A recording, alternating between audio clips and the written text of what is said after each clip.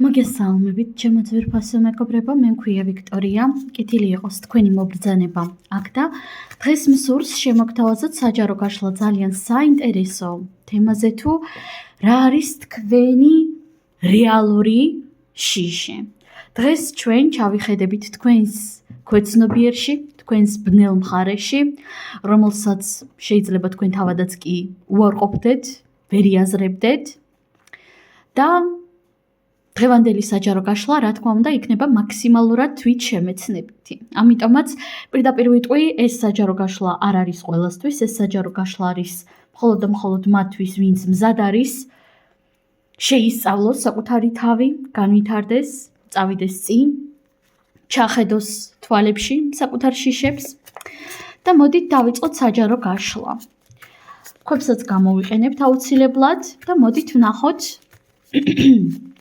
რა არის თქვენი მთავარი შიში ახლა ცხოვრების ამ ეტაპზე, რომელსაც ვერ იაზრებთ. რა არის თქვენი მთავარი შიში? პირველი ვარიანტი და მეორე ვარიანტი. ქვებსაც გამოვიყენებთ, როგორც შეგპირდით. პირველი ვარიანტი ასეთი ქვა და მეორე ვარიანტი ასეთი ქვა.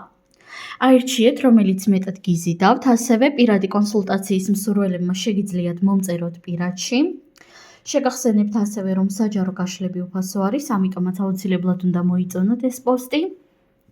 და მოდით ახლა ჩავიხედოთ პირველი ვარიანტის ქვეცნობიერში და ვნახოთ რა არის თქვენი მთავარი შიშები, რომლებსაც ვერ იაზრებთ. იმპერატორი კაცი ამოვიდა, მეგობრებო.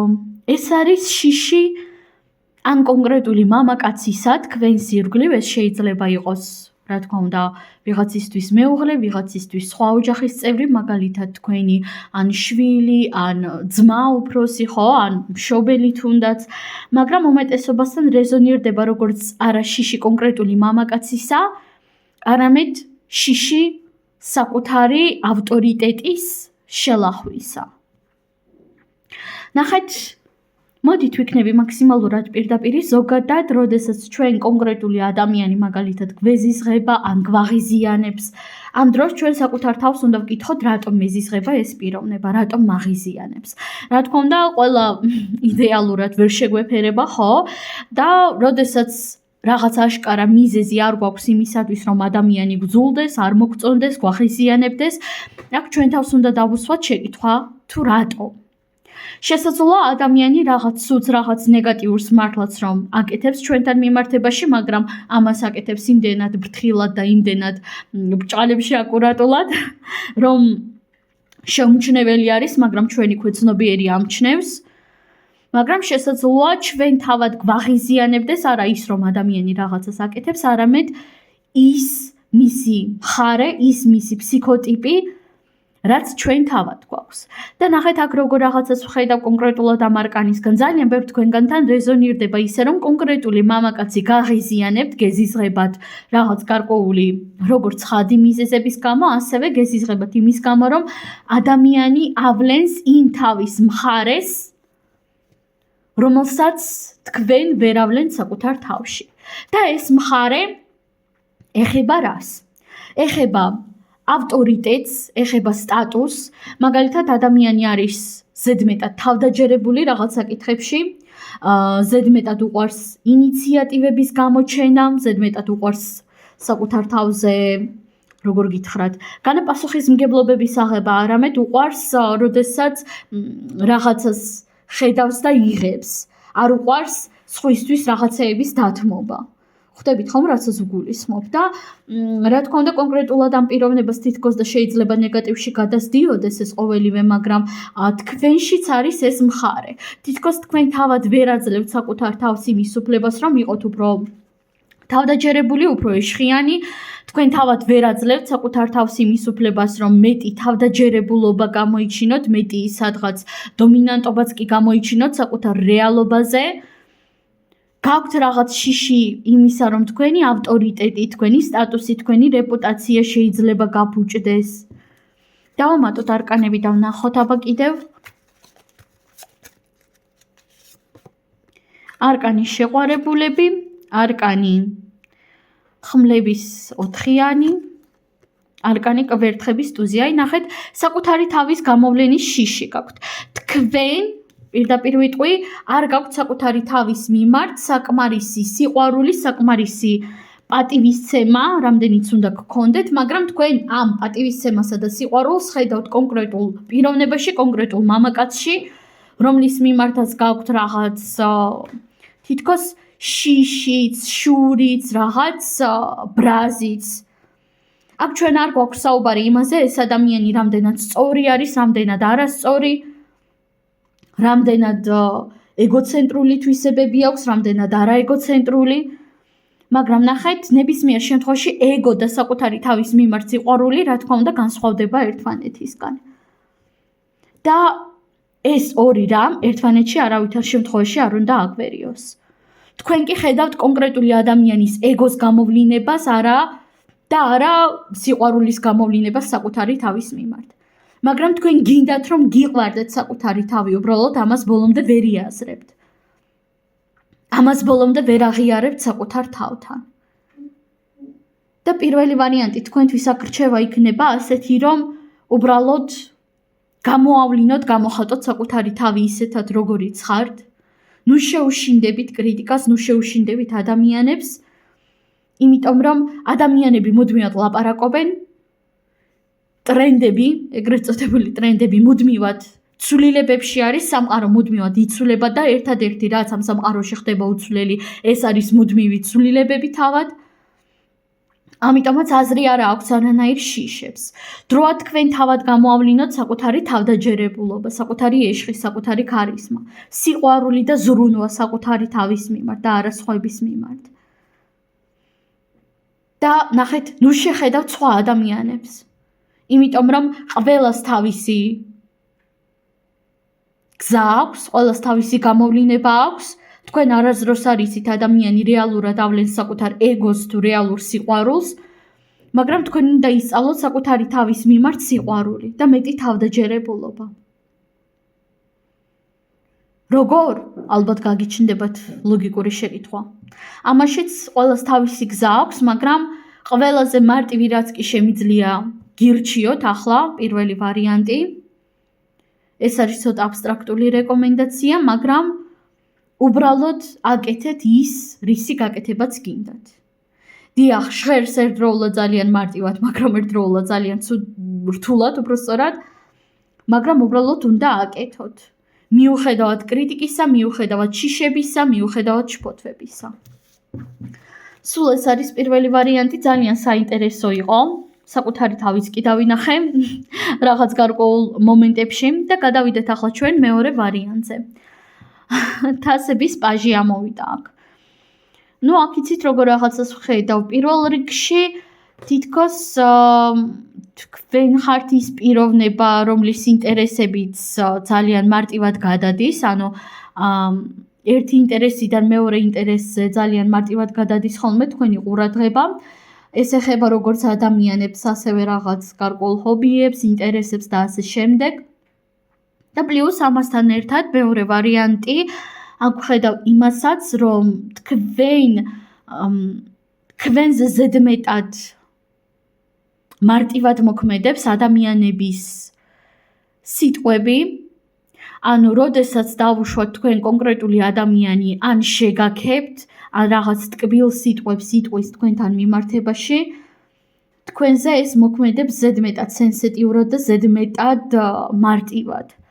თქვენ ზედმეტად მალე და მარტივი გზით აკეთებთ ადამიანზე რაღაც გარკვეულ დასკვნებს. და აქ უნდა გაიაზროთ ის, რომ ყოველთვის ადამიანები, რასაც ამბობენ, ეს არ შეესაბამება რეალობას. დიახ, არ ვამბობ, რომ ეს არის სწორი, პირიქით. ადამიანი ყოველთვის უნდა იყოს გულურწველი, განსაკუთრებით თავის კომპლიმენტებში. აბსოლუტურად ყველაფერში ზოგადად ნებისმიერი თვალსაზრისით ვთვლი, რომ გულურწმელობა არის ძალიან მნიშვნელოვანი. რა თქმა უნდა, ზრდილობისა და ეთიკის ფარგლებში. მაგრამ ნახეთ, ადამიანებს ძალიან უყვართ ერთმანეთისთვის რაღაც ყალბი, კომპლიმენტების მიცემა, ყალბი სიტყვებით ერთმანეთის მოდი ჯარგონს გამოვიყენებ და დაკერვა.